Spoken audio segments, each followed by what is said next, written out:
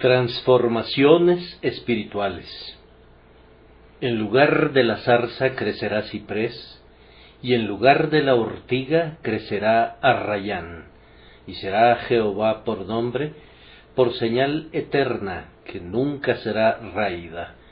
Isaías 55:13. Por muchos siglos Tierra Santa ha estado cubierta de zarzas y ortigas.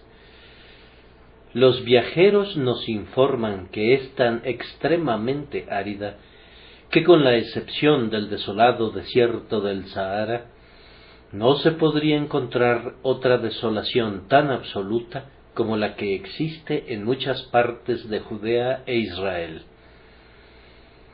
Pero la tierra no permanecerá siendo sempiternamente tan improductiva. Incluso ahora, en las zonas en las que puede ser cultivada, fluye leche y miel, y vendrá el día cuando el pueblo escogido retornará a la tierra de su propiedad, dada por Dios a ellos y a sus padres mediante un pacto de sal, y comenzarán a irrigar otra vez los montes, a plantar los valles, a cultivar las vides, y a esparcir extensamente la semilla en los surcos arados con esmero. Tierra Santa florecerá de nuevo, en lugar de la zarza crecerá ciprés, y en lugar de la ortiga crecerá arrayán. Cuando esto sea cumplido, el mundo entero resonará con la fama que se habrá propagado. Se dirá: ¿es esta la Sión que nadie pretendía? ¿Es esta la tierra que fue llamada desolada? ¿Es esta la ciudad cuyo nombre fue olvidado? Entonces el monte Sión será de nuevo hermosa provincia, el gozo de toda la tierra, y entonces toda esa tierra fluirá con fertilidad, y será a Jehová por nombre, por señal eterna que nunca será raída. Pero el significado espiritual de nuestro texto, al cual queremos atraer su más inmediata atención en esta noche, es este: Dios, por su gracia, obra transformaciones morales y espirituales.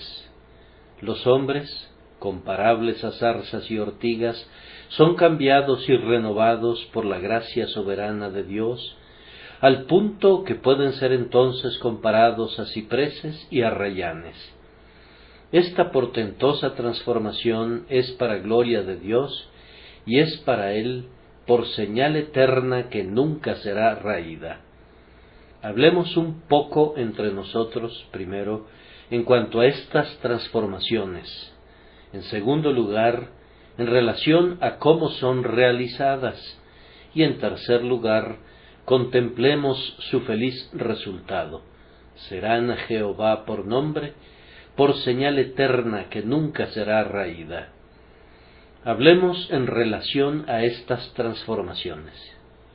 Pareciera, partiendo de nuestro texto, que hay algunos seres que pudieran ser comparados adecuadamente a espinos y cardos.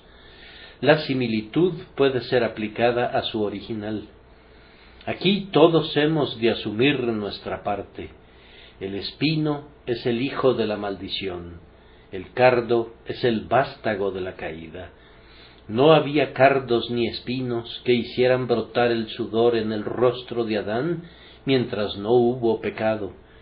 Entonces el Señor le dijo: maldita será la tierra por tu causa, con dolor comerás de ella todos los días de tu vida, espinos y cardos te producirá. Y nosotros somos también los vástagos de la maldición. ¿Qué dice David? He aquí, en maldad he sido formado, y en pecado me concibió mi madre.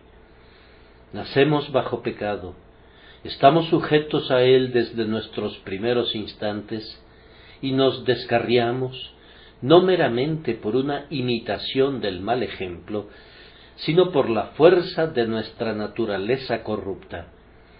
Pudiera ser que haya algunos aquí esta noche que sientan que están bajo la maldición. No pueden mirar en retrospectiva hacia su original sin descubrir esto, Pudiera ser, amigos míos, que sus padres les hubieran enseñado a pecar. No pueden recordar haber sido instruidos alguna vez en el camino de Dios. Pudiera ser que en este preciso instante recuerden algo de su más temprano entrenamiento recibido y recuerden que fue de naturaleza tal que pudo hacerlos aptos para el servicio de Satanás, mas no podía conducirlos a la cruz de Cristo. Sienten que están bajo la maldición y se han enfrentado con tales aflicciones y su corazón está tan desfallecido que, si yo procediera a registrar a algunos como hijos de la maldición, valerosamente me dirían: pon mi nombre en la lista, en verdad soy nacido de un traidor y siento en mi sangre la mácula de su pecado.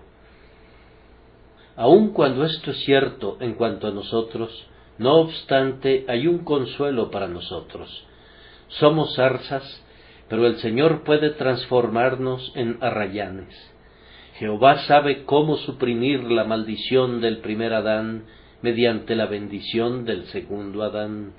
Él puede arrancar de raíz todo lo que es vil y pecaminoso y maldito, y puede plantar en lugar de todo ello todo lo amable y de buen nombre, y así heredaremos su bendición.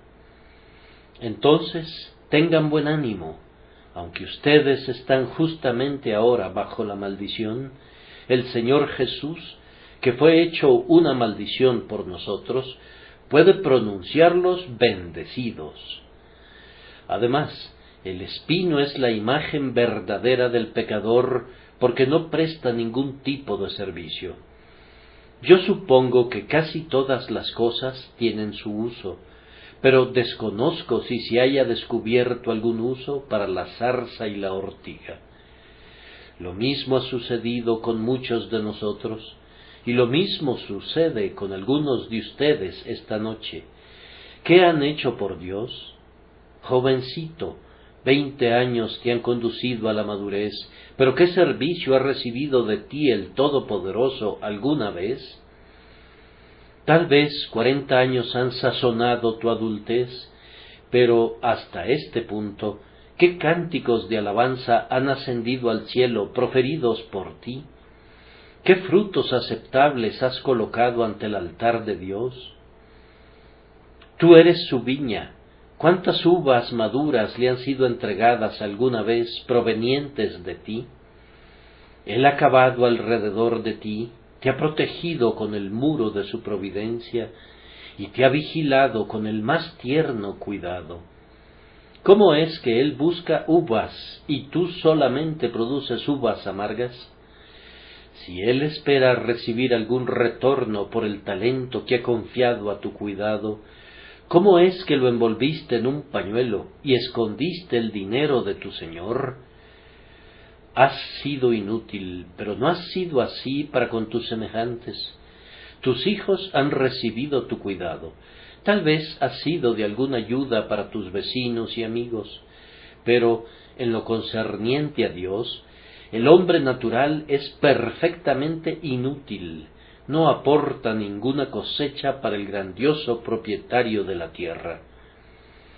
Comenté justo ahora que tenías 40 años de edad. ¿Qué pasaría si hubiera en este lugar alguna persona inconversa de 60, 70 o incluso de 80 años de edad? Y en vano ha brillado todos estos años la luz del cielo para ti. En vano la paciencia divina ha dicho: déjala todavía este año. En vano la predicación de la palabra de Dios para ti, junto con todas las ordenanzas de su casa. Todavía estás desnudo, sin hojas, sin fruto. Has vivido para ti mismo únicamente, y no has glorificado a tu Creador y Preservador en modo alguno. Tú eres una zarza y una ortiga, sin embargo, ten buen ánimo. Si tienes un corazón para cosas mejores, Dios puede convertirte en un ciprés o en un arrayán que produzcan una sombra benéfica y alegren los huertos del Señor. Él puede transformar todavía tu inutilidad en un verdadero servicio y tomarte de en medio de los ociosos en la plaza para que vayas y trabajes activa y exitosamente en su viña. La zarza, apenas hemos comenzado a tocar este punto, desperdicia también influencias benéficas que, si hubiesen caído en el buen grano, habrían producido una cosecha. La lluvia cayó hoy, pero cayó sobre espinos y abrojos a la par que sobre las verdes hebras del trigo. Las gotas del rocío serán vertidas y caerán tan copiosamente sobre los espinos espesamente entrelazados y las enredadas ortigas como en el bien deservado huerto del labrador. Y cuando el sol brille con un rayo vivificador, proyectará sus rayos benéficos tanto sobre los espinos y las ortigas como sobre los árboles frutales y la cebada y el trigo. Lo mismo sucede con ustedes, hombres y mujeres inconversos. Ustedes han recibido los favores diarios con una abundancia tan grande como lo han hecho los justos. Es más, tal vez hasta hayan recibido más. Han llevado una vida holgada y visten de lino fino como Epulón, mientras los propios santos de Dios han estado consumiéndose a sus puertas como Lázaro. No han tenido que lamentar la falta de influencias externas de los medios de la gracia. Algunos de ustedes son asiduos oyentes de sermones, están constantemente dentro de las puertas de la casa de Dios, frecuentan el lugar donde se hace libremente la proclamación de la misericordia. Sus Biblias no son desconocidas para ustedes, y, sin embargo, todo esto ha sido un desperdicio en ustedes. ¿Acaso no están próximos a blasfemar? ¿Han sido visitados por el favor diario, censurados por la conciencia, sacudidos a veces por la moción natural de su propio corazón, despertados por el Espíritu de Dios, atemorizados bajo su palabra? Y, sin embargo, a pesar de todo esto, son forasteros en cuanto a la mancomunidad de Israel. Pero no desesperen. Si sus almas persiguen cosas mejores, Dios es capaz de transformar esas inútiles zarzas, esas ortigas infructíferas, en cipreses que esparcirán en derredor su delicioso fruto. Fue insensata la expresión de un cierto predicador cuando dijo que la cizaña no se convertirá nunca en trigo. No le incumbía retorcer la parábola de Cristo, pero esto sí sé, por la gracia divina, la zarza se convertirá en ciprés y la ortiga puede tornarse en un arrayán. ¿Tenía ese hombre el propósito de negar la posibilidad de la conversión? ¿Quiso decir que la gracia todopoderosa no podía convertir al león en un cordero o al cuervo en una paloma? Si así fuera, expresó una blasfemia directa, pues no hay ningún milagro de gracia que Dios no pueda efectuar. Él puede tomar las negras protuberancias del ébano y convertirlas en alabastro. Él puede sumergir en las aguas amargas de Mara el árbol de la cruz y endulzarlas como el agua del pozo de Belén que David anhelaba con vehemencia. Él puede extraerle el veneno al áspid y el aguijón al basilisco y hacerlos útiles para Dios y el hombre. El camello puede atravesar el ojo de la aguja. Debes saber con toda certeza que nada es demasiado difícil para el Señor. Él puede hacer lo que le plazca. Pero continuando con nuestras observaciones sobre el espino y su transformación en un ciprés, ¿no es acaso el espino algo nocivo? El espino rasga y desgarra a los viandantes. Algunas veces, si yo quisiera seguir mi camino de manera directa hasta aquel punto, debo atravesar un vallado de zarzas, y cuán a menudo ha sido el cristiano atormentado y desgarrado por los espinos de los impíos. La edad de los mártires podrá decirnos en qué medida los santos de Dios han visto su carne desgarrada hasta los huesos por esos espinos y esas ortigas. Y la Madre sollozante habrá de decirnos cómo han quebrantado su corazón y han encanecido prematuramente sus cabellos, y la esposa afligida habrá de confiarnos cómo un esposo impío la ha enviado a su aposento con lágrimas amargas brotando de sus ojos. Y todos nosotros habremos de decir cómo algunas veces nuestros parientes impíos han hecho palpitar aceleradamente nuestros corazones al sentir una terrible ansiedad por ellos. Lot no puede vivir en Sodoma sin ser vejado, y David no puede permanecer en Mesec sin clamar: «Ay de mí, que moro en Mesec y habito entre las tiendas de Cedar». Pero recuerden que por mucho que hayan perseguido a los santos de Dios, por duro que hayan tratado a los seguidores de Cristo, el Señor puede transformarlos en uno de ellos. Pablo no se imaginaba, cuando iba cabalgando hacia Damasco, que eso le sucedería. Él tenía sus preciosos documentos completamente seguros. «Voy a asolar a los nazarenos», parecía decir, «voy a conducirlos al poste de los flagelos, los voy a arrastrar fuera de la sinagoga y los voy a forzar a blasfemar». Ni te imaginas siquiera, Pablo, que pronto vas a doblar la rodilla ante ese mismo Jesús de Nazaret a quien odias. Una luz resplandece a su alrededor, más brillante que el sol del mediodía. Cae de su cabalgadura. Escucha una voz que le dice: «Saulo, Saulo, ¿por qué me persigues?». Entonces pregunta mansamente: «¿Quién eres, Señor?».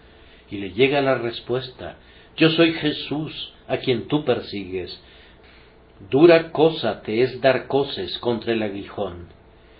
Ah, pecador, tal vez no sepas que estás persiguiendo a Jesús. Tú piensas que se trata solamente de tu hijo, o de tu esposa, o de tu madre, pero al perseguir a los miembros del cuerpo de Cristo, persigues a la cabeza.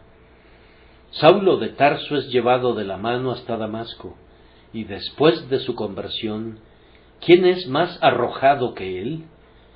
El predicador sobre la colina de Marte, el testigo delante de Nerón, el anciano de Dios sentado en el calabozo, el Hijo de Dios con su cabeza apoyada en el tajo. Este es el hombre que perseguía a los santos de Dios, pero ahora está lleno de celo, aventajando a todos los demás en la difusión del conocimiento de Cristo.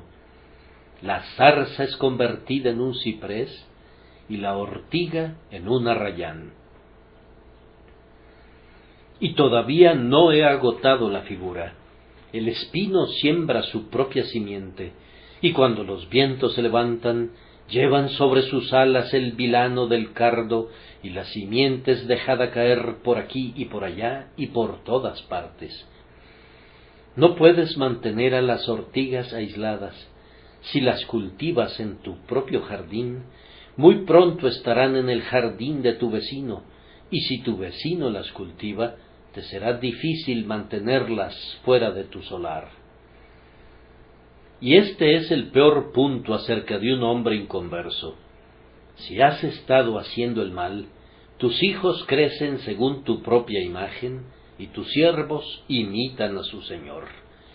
Si eres un comerciante inescrupuloso, ayudas a que otros comerciantes sean a su vez, si no palpablemente deshonestos, sí escandalosamente laxos.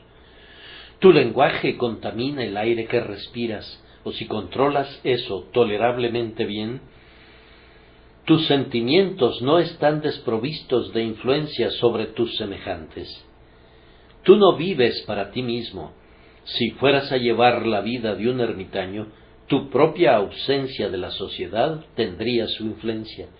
Si eres literalmente un leproso, yo podría encerrarte y hacer que cubrieras tu labio y que te pusieras ceniza sobre tu cabeza y gritaras, ¡inmundo! ¡Inmundo!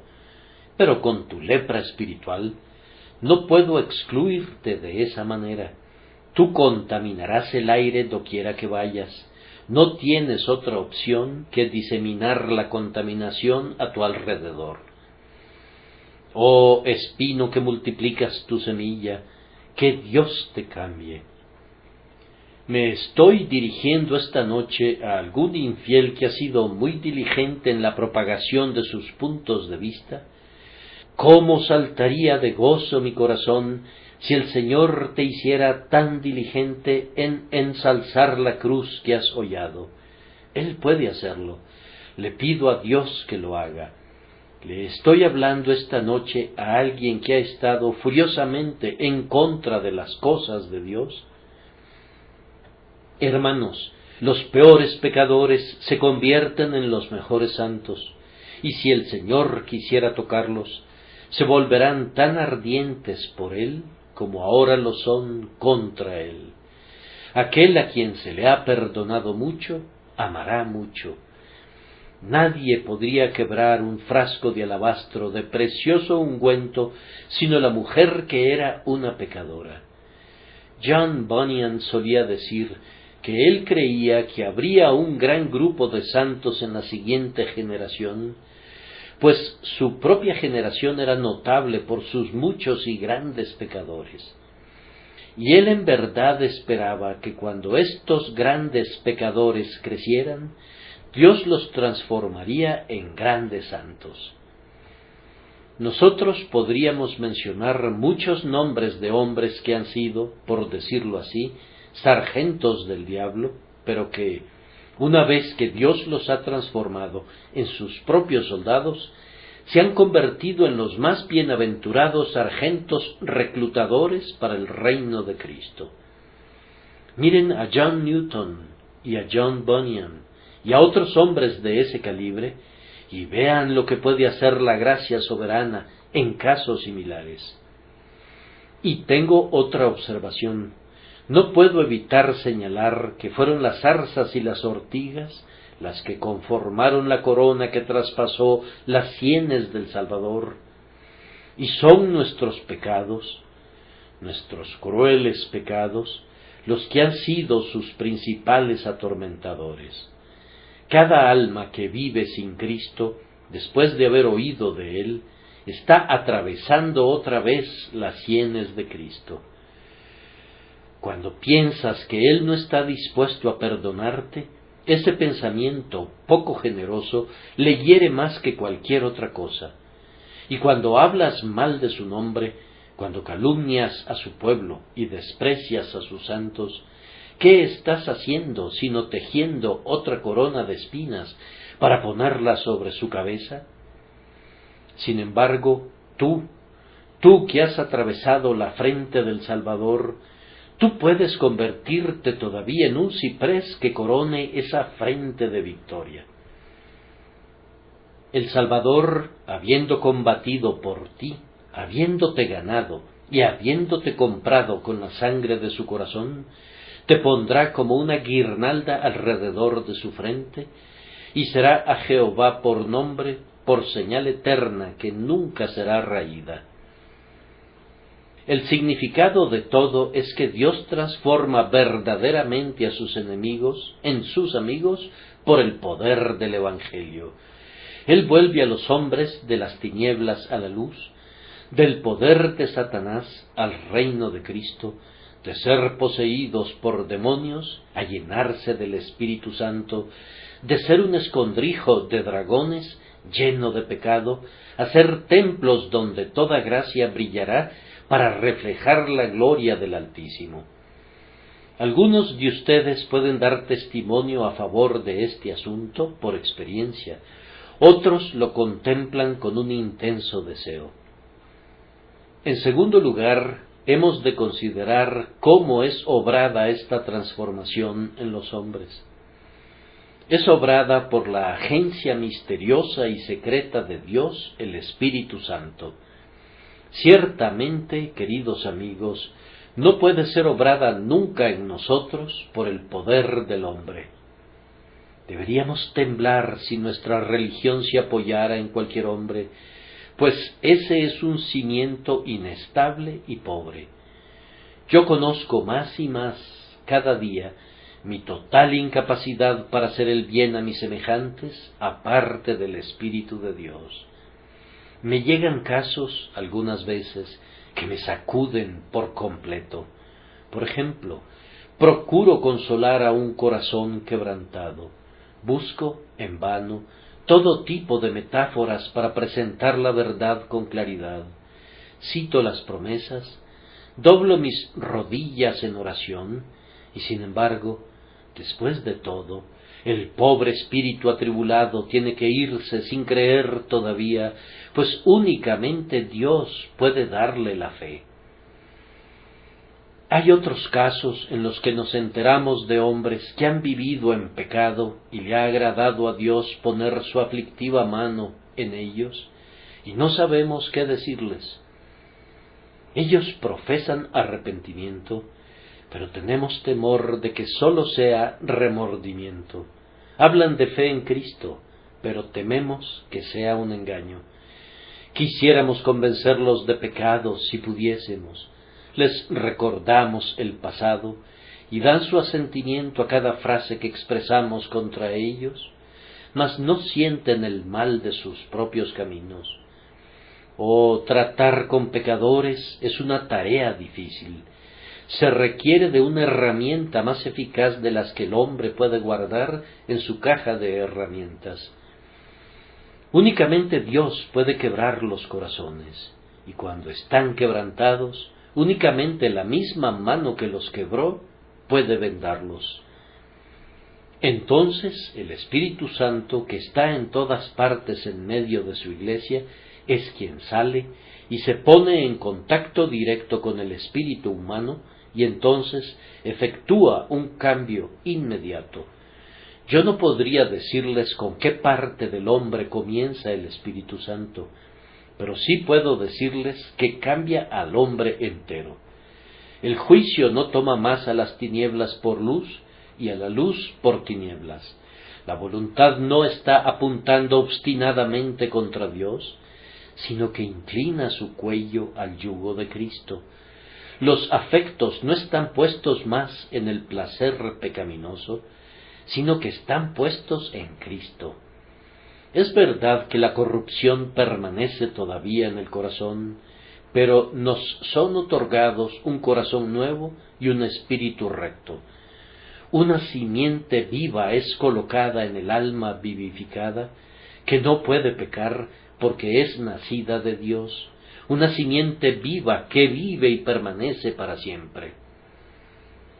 Yo no sé, dijo alguien, si el mundo es un mundo nuevo o si yo soy una nueva criatura, pero tiene que ser alguna de las dos cosas, pues las cosas viejas pasaron, he aquí, todas son hechas nuevas. Cuando Cristo desciende al corazón humano para reinar, pareciera tomar el lema, he aquí, yo hago nuevas todas las cosas. Hay cielos nuevos y tierra nueva, en los cuales mora la justicia dentro del corazón de ese pobre pecador. Es un cambio completo. Ustedes podrán observar que no se trata del espino recortado y podado, no se trata de la ortiga que se hace crecer sobre un muro y es moldeada según un orden. Eso es reforma. Se trata de un espino convertido en un ciprés. Esta es una perfecta recreación, es hacer a un hombre de nuevo. Y esto debe sucedernos a cada uno de nosotros por el poder y la energía del Espíritu Divino, pues, de otra manera, nunca floreceremos en el huerto del Señor, ni deberíamos unirnos a la Iglesia de Dios en la tierra, pues no tenemos parte ni porción en el asunto. Pero, mientras digo que es el Espíritu el que obra este cambio, ustedes están preguntando ¿por qué medios lo hace? Les pido amablemente que se refieran al capítulo del que es tomado mi texto, y observarán que el Señor Jesús tiene que ver con esto. He aquí que yo lo di por testigo a los pueblos, por jefe y por maestro a las naciones. Ese versículo está ubicado antes de mi texto. Debemos conocer a Cristo antes de que podamos ser cambiados jamás. Algunas personas piensan que han de cambiarse ellas mismas para entonces venir a Cristo. Oh, no, vengan a Cristo tal como son. La obra del Espíritu es cambiarlos. Ustedes no han de obrar un milagro y entonces venir a Cristo para mostrarle el milagro, sino que han de venir a Cristo para que sea obrado el milagro en ustedes. La obra de Cristo es comenzar con el pecador como pecador, lo mismo que hizo el buen samaritano con el hombre que cayó entre ladrones. No esperó que fuera curado antes de ayudarle, sino que derramó aceite y vino en sus heridas, lo colocó sobre su cabalgadura y luego lo transportó al mesón. Y Cristo puede también salvar perpetuamente a los que por él se acercan a Dios. Pero el capítulo pareciera enseñar otra lección. Tú dices, yo sé que el Espíritu Santo hace que el corazón y la conciencia vean a Cristo, pero ¿cómo puedo alcanzar a Cristo? El capítulo te lo dice. Dice que la palabra de Dios no regresará a él vacía. La forma en que Cristo es descubierto y encontrado por un pecador es mediante la predicación de Cristo a ese pecador. Oíd y vivirá vuestra alma. Ese es el Evangelio.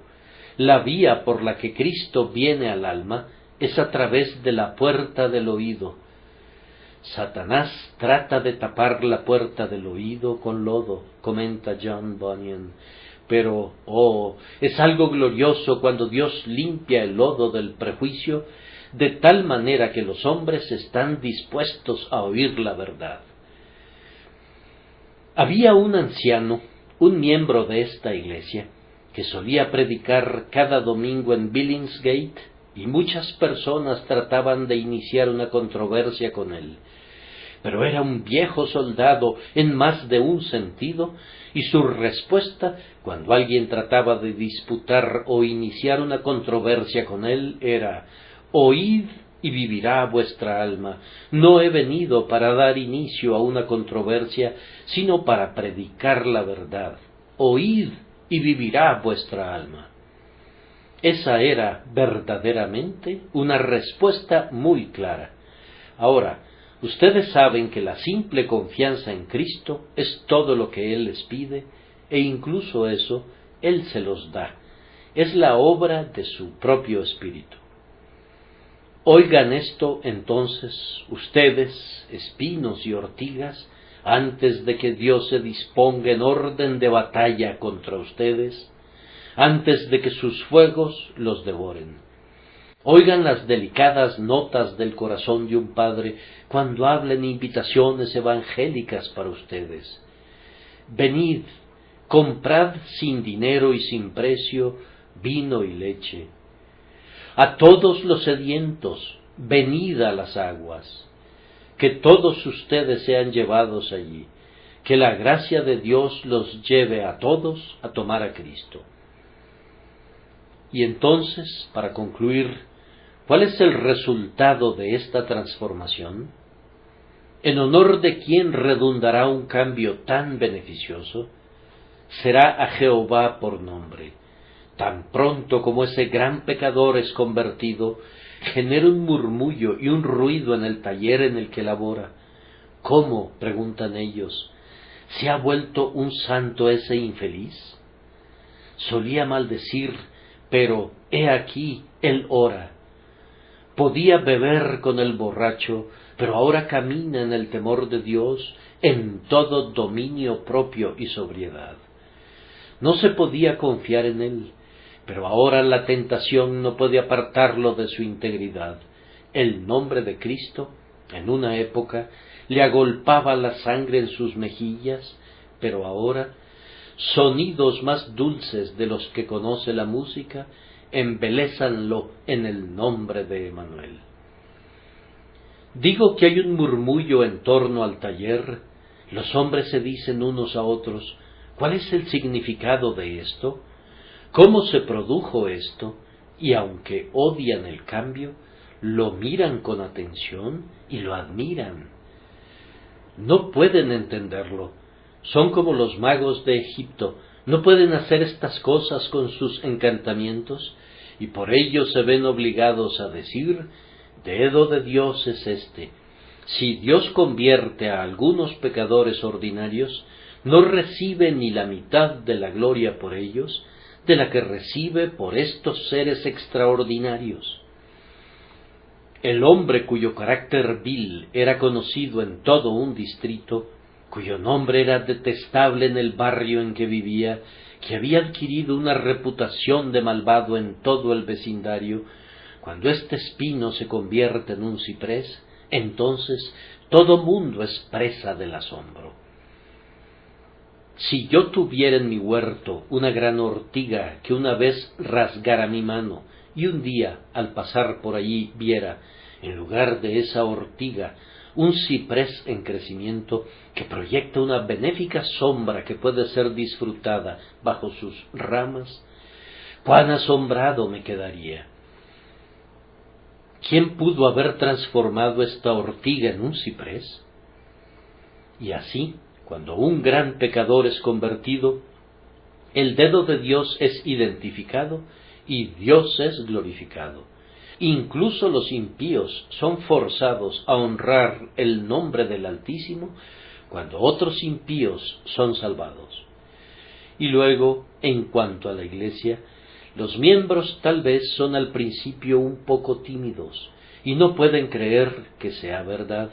Oyen que aquel que una vez persiguió a los hermanos, ahora profesa el nombre de su Maestro, y por fin obtienen una buena evidencia de la verdad de ello, y ¡oh, qué reverente alegría hay entre los hijos de Dios!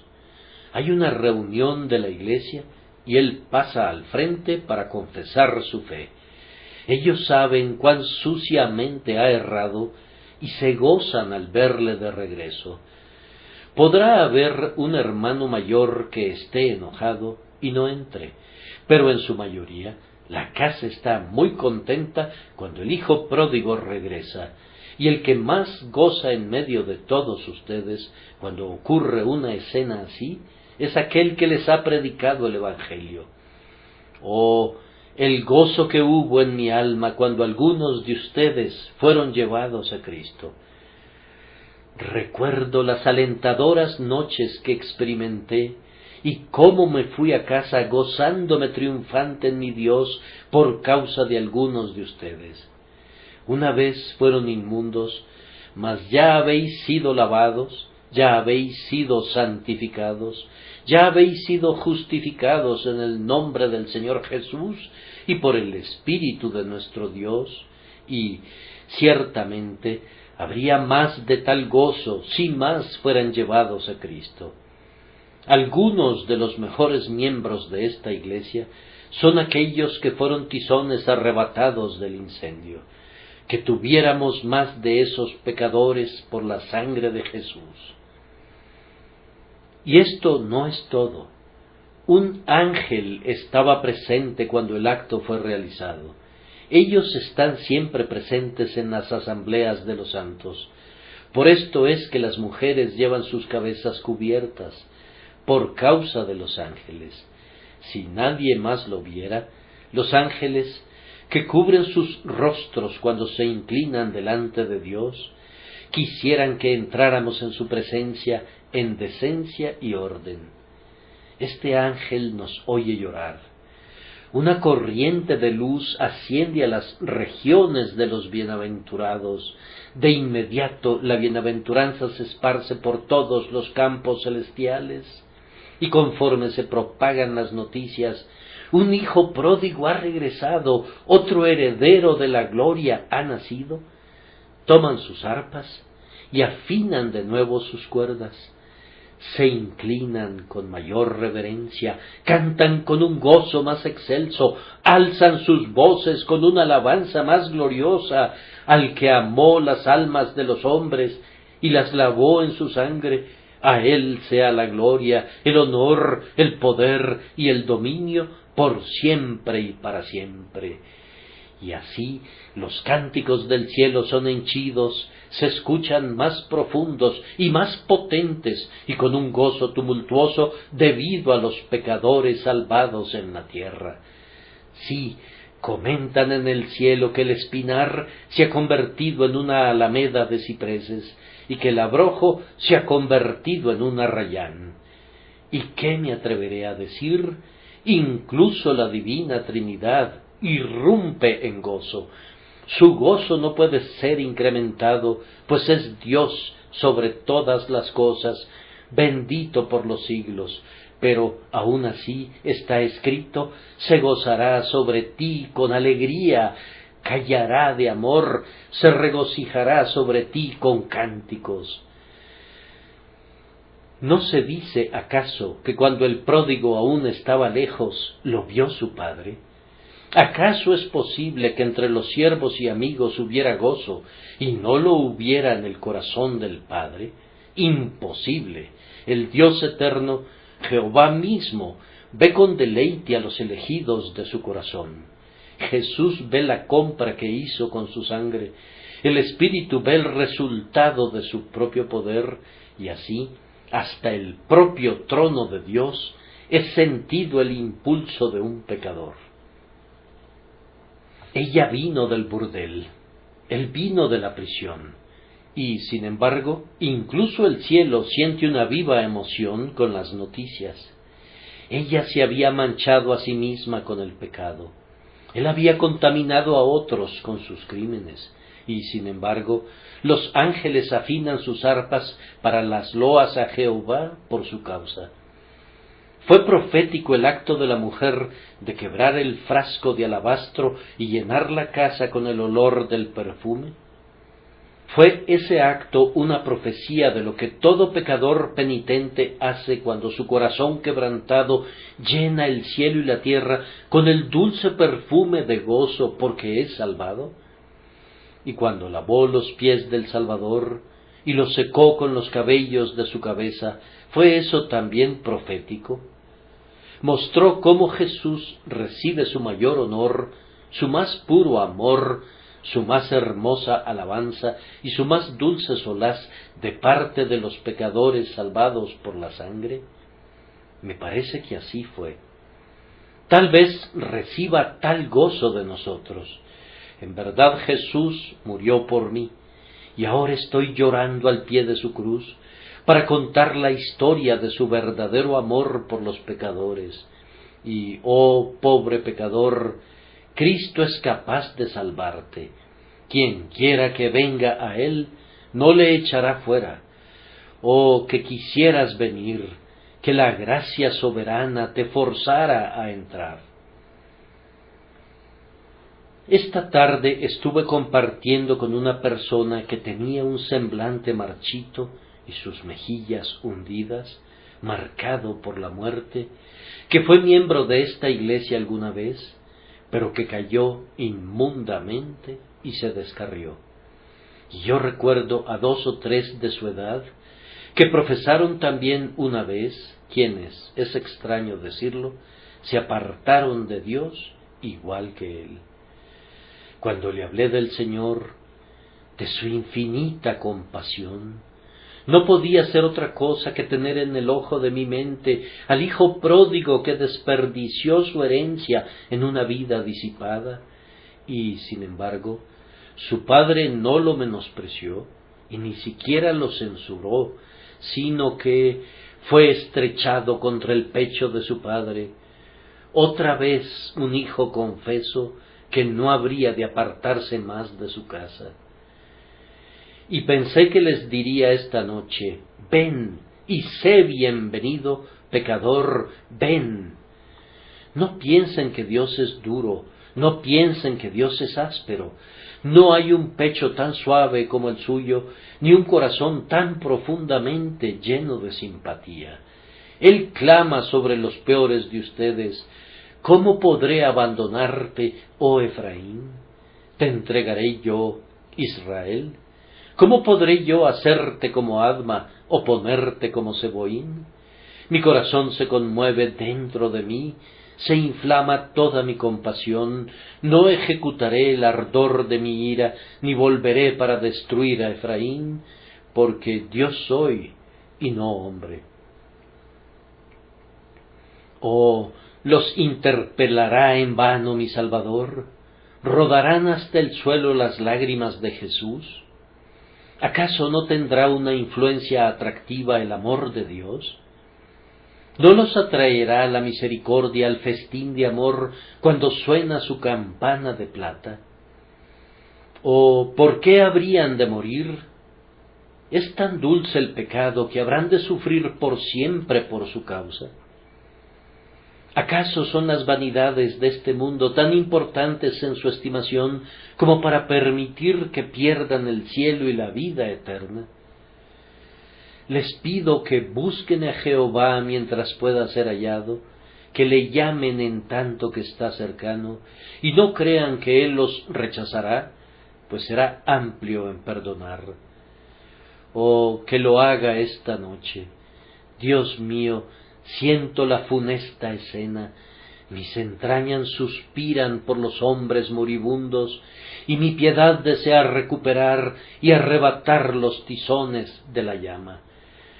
Pero mi compasión resulta ser débil, y no puedo sino llorar cuando más amo.